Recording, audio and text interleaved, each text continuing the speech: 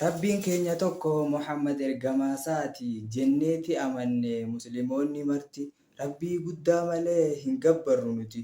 Dubbiin tun dhugaadha fudhaa sobaa miti. Dubbiin tun dhugaadha fudhaa sobaa miti. Rabbii guddaa qofa beekna rabbi ta'uu isaa. Rabbii dachii samii qabaataa dureessa.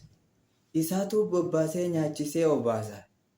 Malee nuti hin jennu Iyyesuusin rabbii dhagahee obboleessa.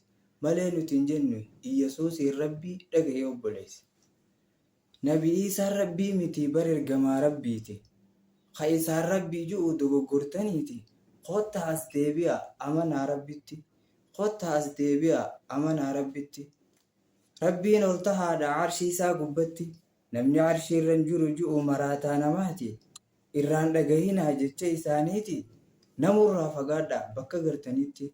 Namurraa fagaadhaa bakka gartanitti. Wassalaamu alaikum.